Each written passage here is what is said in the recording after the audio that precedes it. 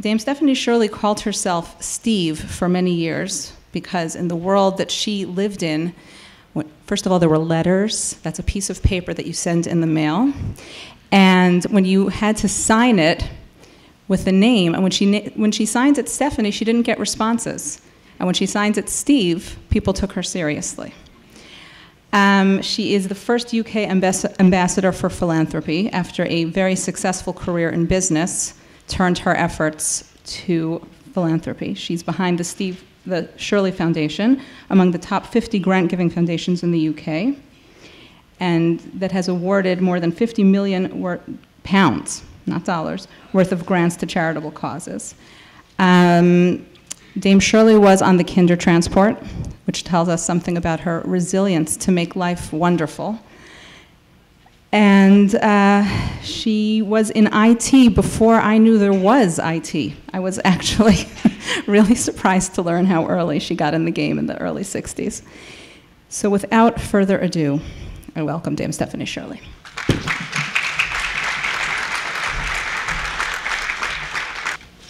Good morning, everyone. Most non-for-profits are seriously thinking about their funding in these difficult times. Should they help to plug the gaps left by the government?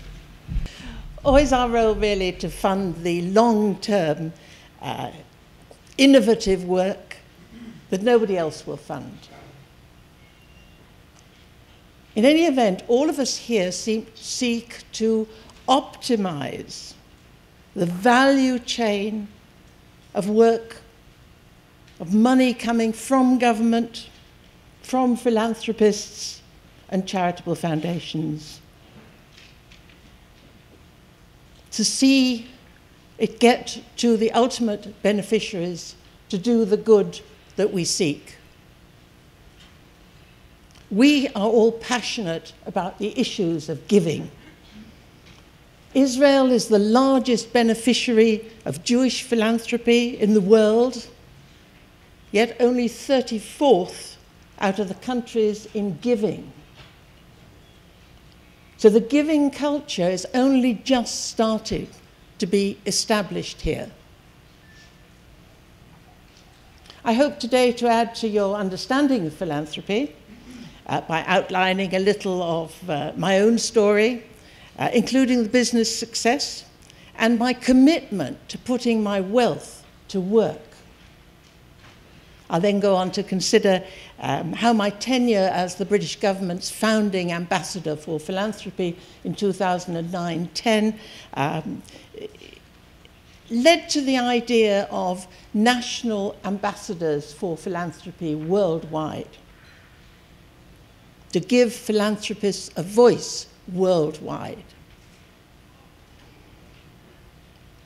If countries appoint their own ambassador for philanthropy, including right here in Israel, we can see a step function in giving. On that note, though, I think it should be said that the organizer, Johnny Klein, where are you, was the first member of the ambassadors program. Talk about an early adopter. As I understand it, literally 5 minutes after the initial email invitation went out globally, Johnny signed up, and we immediately started a conversation which led to my standing here today in front of you all. So thank you, Johnny.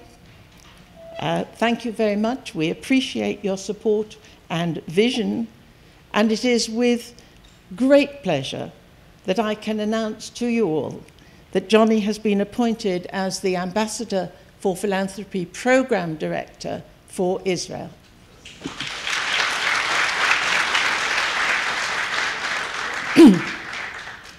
That said, I shall be urging you all to join us, but more on that later. Let me present my personal credentials. Everyone's life has really 3 parts: the learning phase, the earning phase, and the returning phase. I learned a great deal in my very early life because I was an unaccompanied child refugee, When I was 5, my German Jewish parents put me on a kinder transport in Vienna, and they sent me to England into the arms of strangers, thinking never to see me again, in order to save me from the Nazi regime. And I was one of 10,000 such children. I arrived in London stateless, penniless, and of course without a word of English. My father had taught me some useful phrases. For example, I could say, slow combustion stove. Very useful for a 5-year-old. And vine screen viper. Again, very useful. But I did not, forgive me, know how to ask to go to the bathroom. I was lucky. The family was later reunited, but I was fostered by a wonderful Christian couple who brought me up as they would their own. I'm their child, really.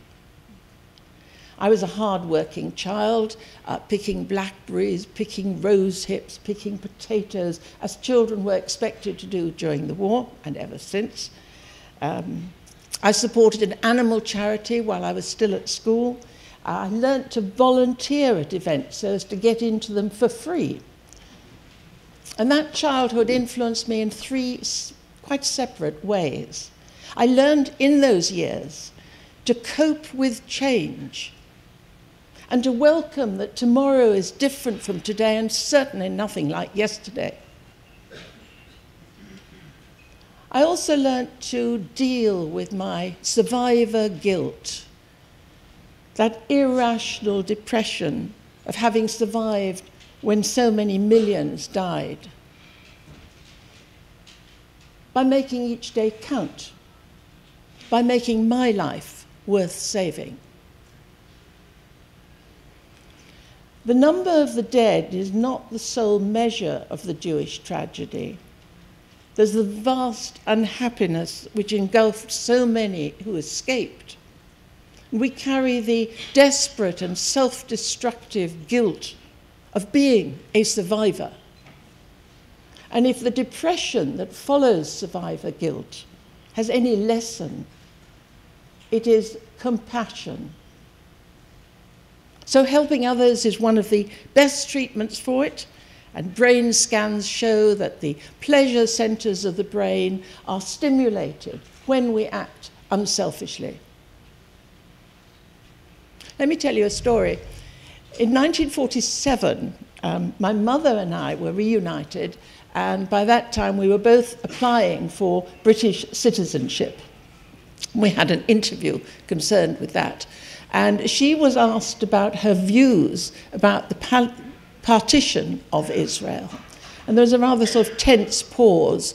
And then my mother said firmly, "I think Britain behaved disgracefully." But Britain is and was and always will be a free speech country. And we were, in fact, granted British citizenship.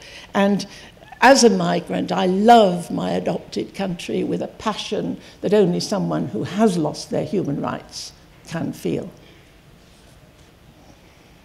I've never been in beautiful Israel before. I hadn't wanted to come as a Jew because, as I've explained, I was brought up Christian, and hadn't wanted to visit as a tourist because I am a Jew. And I'm very happy to now be here in this multicultural city, holy to so many religions, on a mission, so to speak, to promote giving and philanthropy. Now for the earning phase of my life. I'm often asked for the secret of commercial success. And the other day when, it's very important to choose your partner very carefully. And the other day when I said, my husband's an angel, a woman complained. "You're lucky," she said. "Mine's still alive." In my first job, I went to evening classes to get my degree, and volunteering again provided my social life. I then founded a 20th century cottage industry for women. Computer skills, women with computer skills who were at that time leaving the industry on marriage or when their first child was expected, and formed them into a home working organization. That company became a large and successful public company.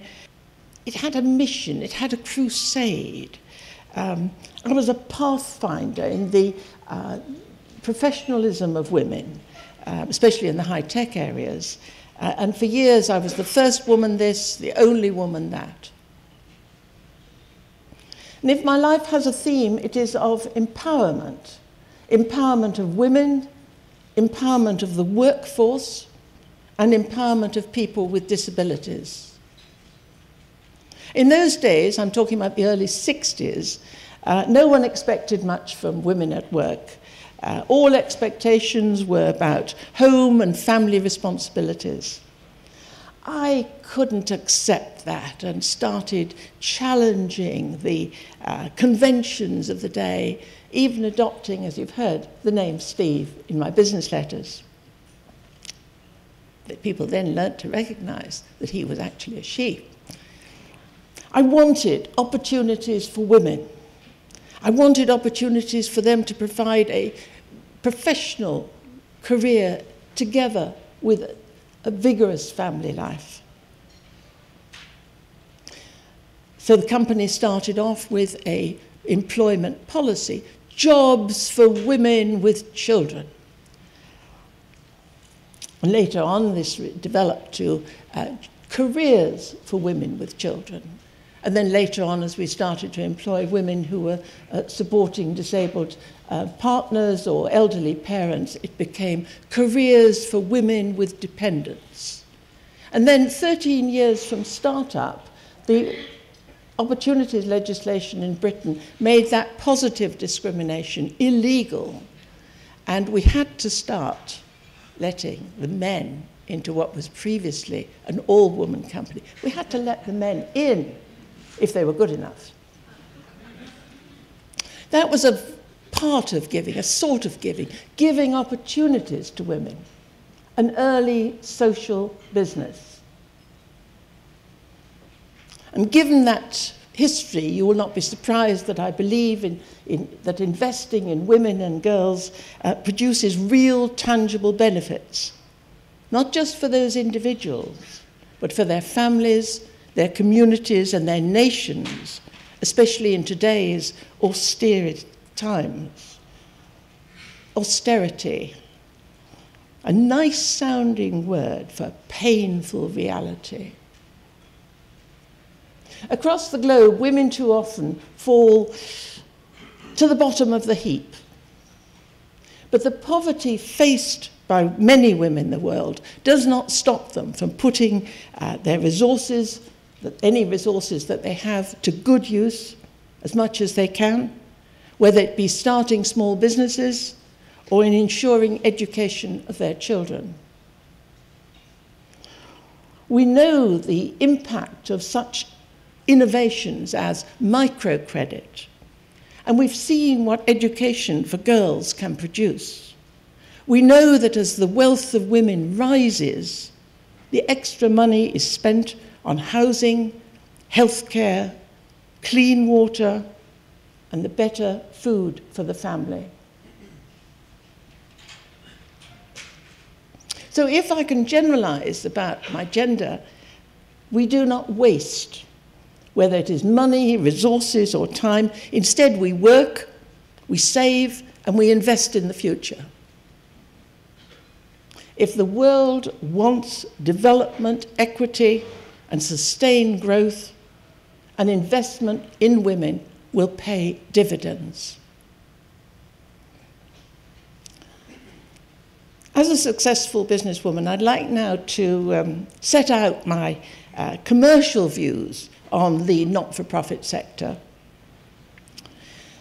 Now, ladies and gentlemen, is the time to look seriously at various ways of collaborative working so as to reduce cost and maximize the investment available for your programs. Organizations can specialize rather than attempt to offer all services. In the long term, that's much more cost-effective. On a similar theme, I also believe that it is timely for a radical review of back office costs. Most not-for-profit organizations have their own back office, their own finance section, their own HR operation, few of which are professionally managed. A shared service center can focus on and invest in these services, and the savings can be as high as 34 or 40% of back office costs. Partnering with a private organization can also be hugely rewarding. Why not partner with a private sector organization in the delivery of demanding operational contracts?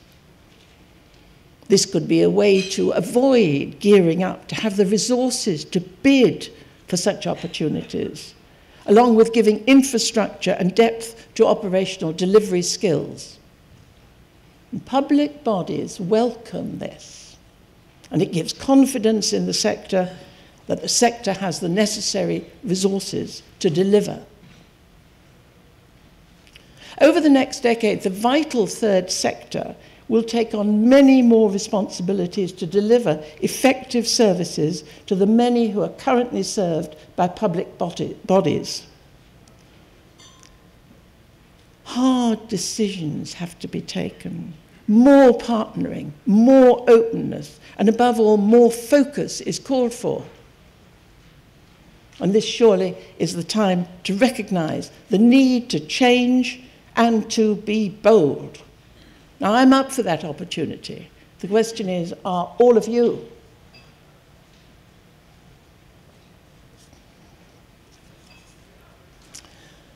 Let me talk a bit now about giving back, returning.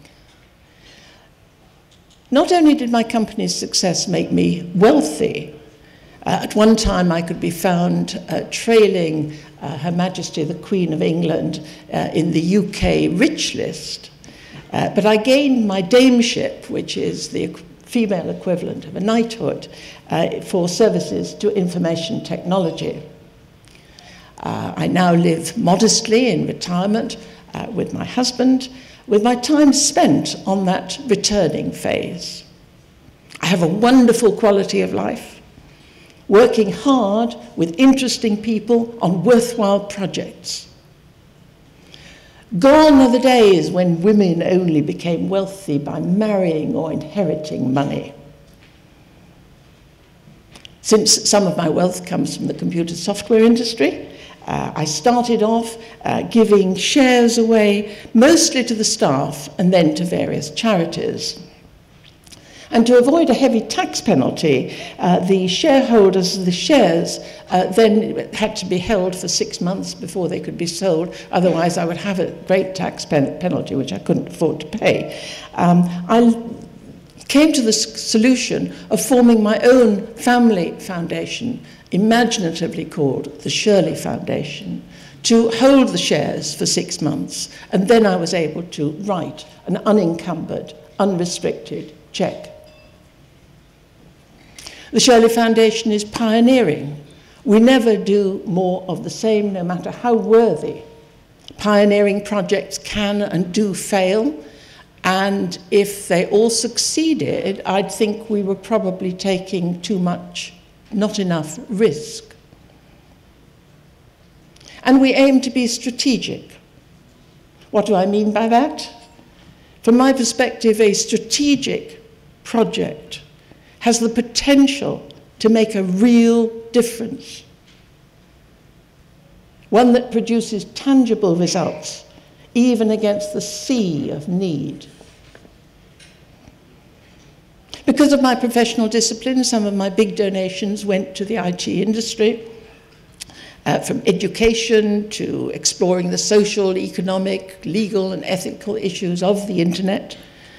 But the vast bulk has gone on work related to the lifelong development disability of autism, which hampers people's communication and social interaction. Autism was my late son's disorder. Giles was a beautiful baby. And he turned into a wild, unmanageable toddler. He went to a good primary school for non-communicating children, and we had some relatively calm years.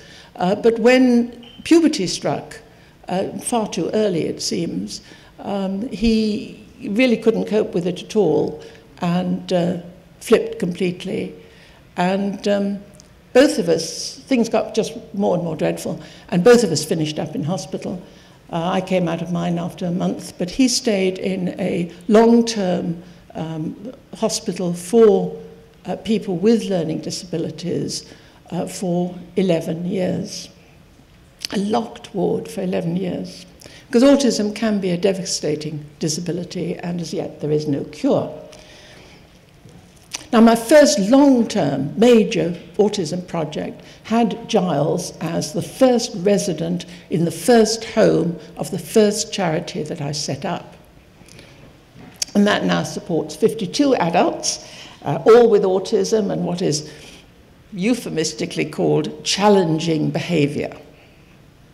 And I believe that giving is a social as well as a financial transaction. It's cultural. Sure, money can be given as a compassionate act of detachment. But in giving to make a difference, I try to make it a committed act of love. I started with that hands-on support service for my son and then others like him.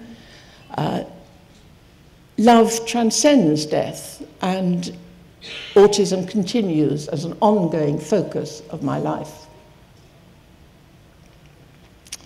My biggest project, financially, and it took me 5 years, was to create a specialist school for pupils with autism that today has 80 day and residential pupils, all with both autism and learning disability. Few have any speech whatsoever, and a young adult centre has 12 students, we call them, opened last year. And over the years, wherever I found a gap, through medical research, to family support or political awareness, I tried to help, whether it be through charities, university research centres, parliamentary groups, or new installations. I'm an entrepreneur. I've started many institutions. So let me talk a bit more about giving. I put as much effort into learning to give away money wisely as I ever got from earning it in the 31 years of business. Like alchemy, serious money has been transmuted into from figures on a sheet of paper to something meaningful. Giving and the service of others makes my modest fortune significant. Giving is now what I do, and it gives me enormous pleasure. It's the right thing to do, and giving makes me feel good. My personal belief is that giving should be proactive, ambitious, and focused on results, the businesswoman coming out. My personal aim is always to be professional, efficient, and effective. And over the years, my giving has become more and more strategic. The money may be important, but the passion and the human touch must also be there if we're not to patronize beneficiaries. I know from having received charity myself how easy it is to feel patronized. So I give with a liberal spirit and a warm hand. I give now what's the fun of giving money through my last will and testament. Modern philanthropist has donors actively involved. They leverage their money with their time, skills, and contacts. Therein lies the pleasure of giving. Of course, if you represent a long-established foundation and are giving other people's money away, you're a professional manager, hopefully a learning one, making strategic decisions, often of enormous value. I am so lucky to have something to get up for each morning. I meet more interesting people, travel purposefully to interesting places. I mean, yesterday in Jerusalem, it's a city of such serious spiritual qualities. And I feel much more fulfilled as a social entrepreneur than I ever did in my years making money. The more I give away, the richer my life seems to become.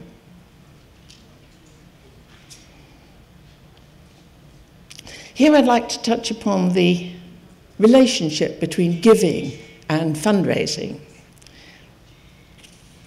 It is not as clear as you might think, and I think I've moved from giving to fundraising, because I do it quite a lot now. And fundraisers and resource directors and development professionals are not to be envied.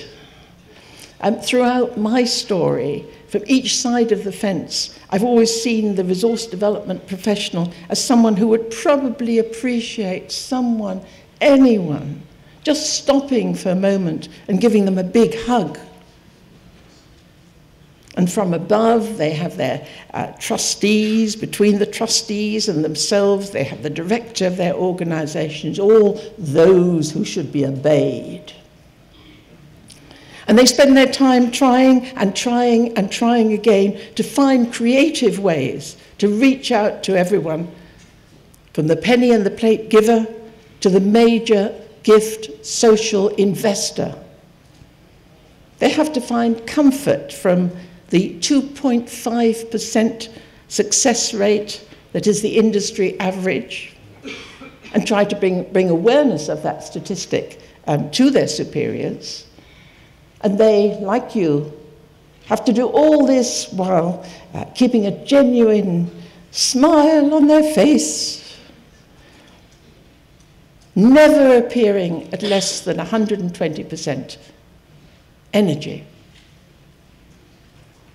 How do you do it? It may appear to you that your work is not appreciated. Donors cross the road to avoid you. So professionals can become defensive. Your superiors seem to be have only one measure of success or failure, quite detached from the market conditions, the market shifts that are affecting your prospects. Now, unfortunately, I cannot tell you that there's no basis to such feeling, but I'd like to redress the balance of injustice by telling you how I see your role. Here is a statement that I would like you to remember. There is no point to strategic philanthropy in the absence of effective implementation. Your role as implementers and the role of the resource development professional as the connector is essential to the change that we together are trying to create. So what is your role in the creation and promotion of the culture of philanthropy? Good question. Too often the charity is seen as the powerless party, merely the beneficiary. But nothing could be further from the truth. Just as we've said in the statement we are to adopt as our motto, there is no point in strategic philanthropy in the absence of effective implementation. Your job is to be uncompromising, not only to do your best, but that can be done in the field but the recipients of the services you provide, but also to provide the same uncompromising level of service in the area of honesty, communication, cultivation, transparency, investments in infrastructure, and professional advancement in order to do all that you ought to do and become. Do not compromise in your mission to ensure that your organization lives up to these standards for the sake of your recipients, and no less so for the good of your donors, your partners, your investors. Do not compromise. And that's not easy to do. But lead the way to making the change that will bring the legislative bodies, the government, the law, to recognize the value of such standards and the services that you provide to your country and your beneficiary. Make the change. Be the change. The change will be seen, and those who can will take their place by your sides. You will create and promote a culture of philanthropy that in turn will bring the social investors who will become the guarantors of the future. Let me now explain about my work as the British ambassadors for philanthropy. That was in 2009 and 10, the founding ambassador in the world. I took as my pledge to inspire the idea that giving is an act of pleasure as well as compassion.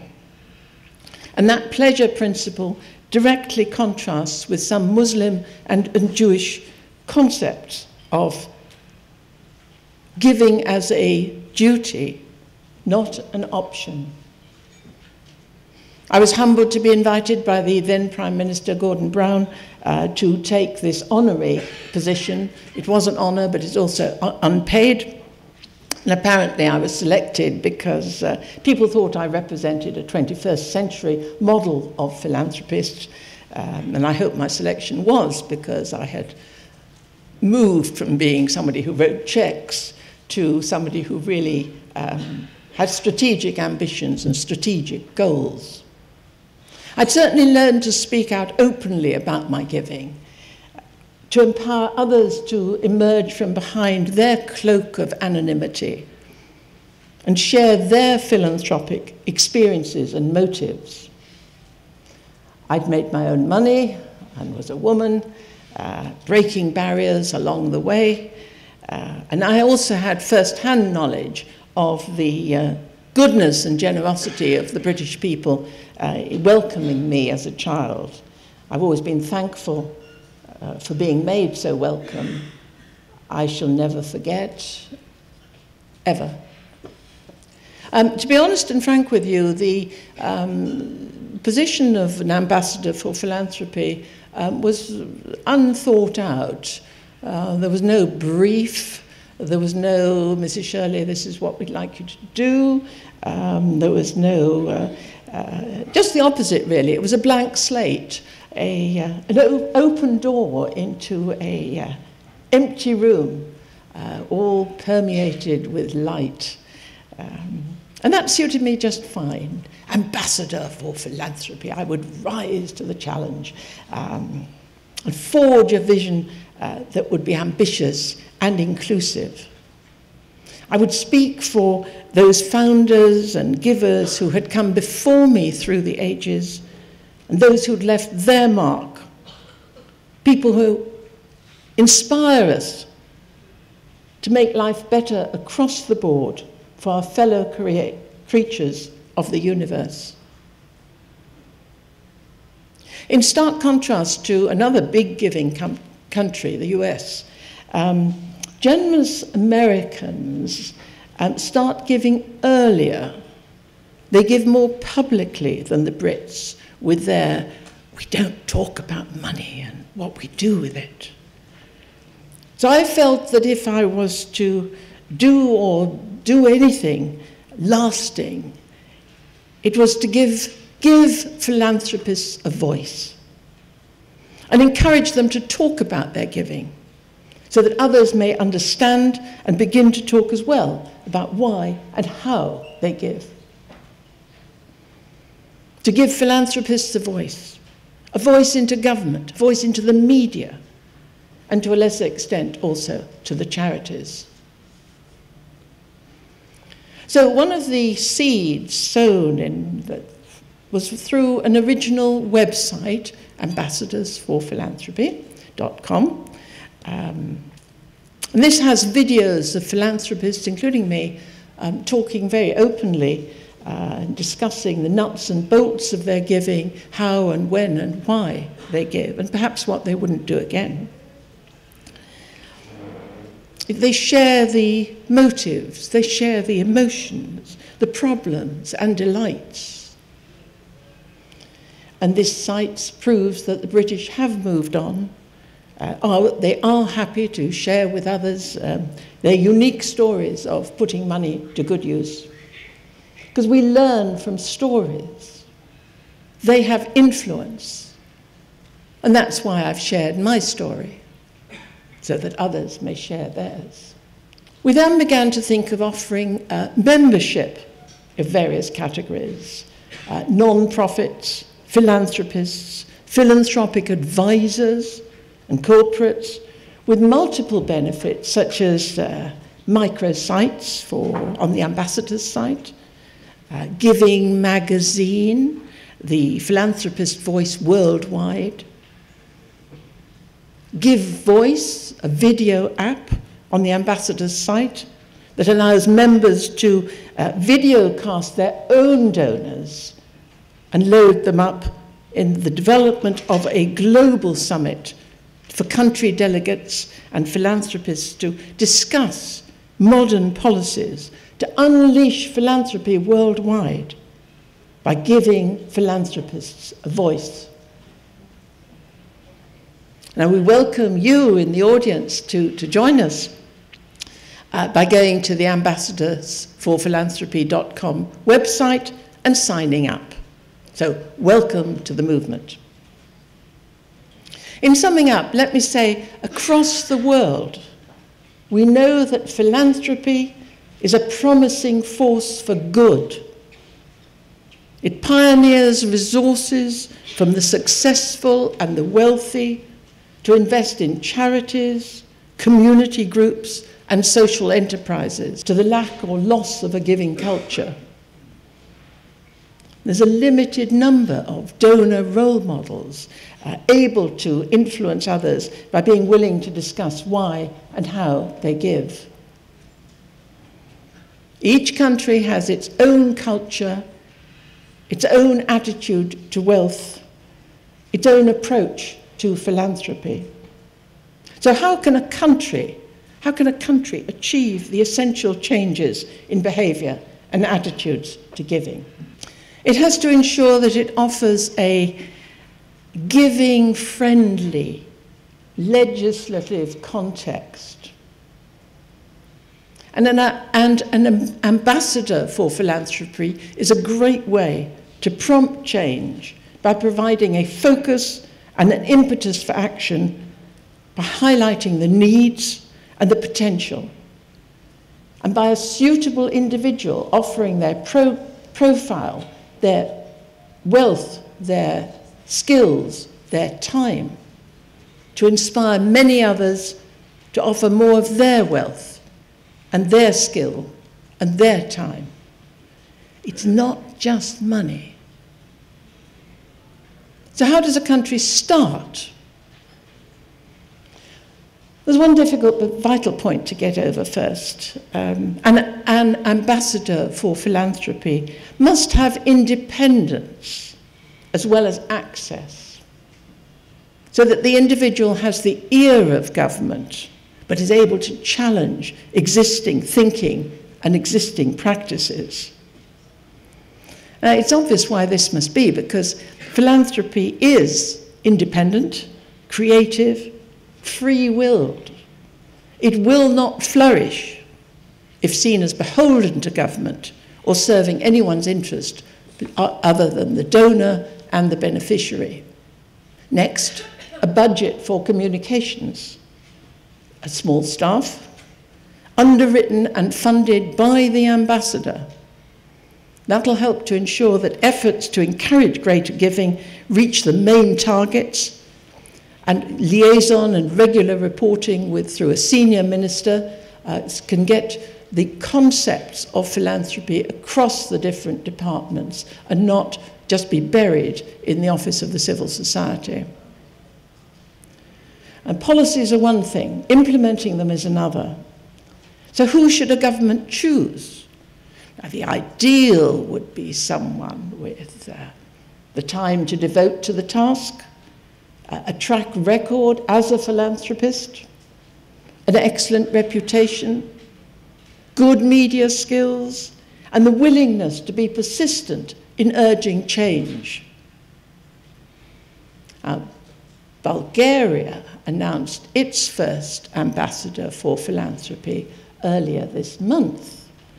And I'm sure each of you here could think of a suitable candidate or two for any shortlist for Israel. So this morning I have an invitation to extend to everyone here. I believe that it is enormous long-term benefit. I'm convinced that the concept of an ambassador for philanthropy is something that can work in each and every country, in each and every cultural way. Perhaps especially here in Israel, where the total volume of donations, financial and in-kind, is growing steadily year on year, even during these difficult times. And I'm equally convinced that we can achieve even more by working together on such ideas, inspiring all of us, inspiring each other to be generous and fostering the conditions in which such generosity will achieve its greatest impetus for good. And more people giving more and thinking more about the impact of their giving. Let us unleash philanthropy together. Thank you.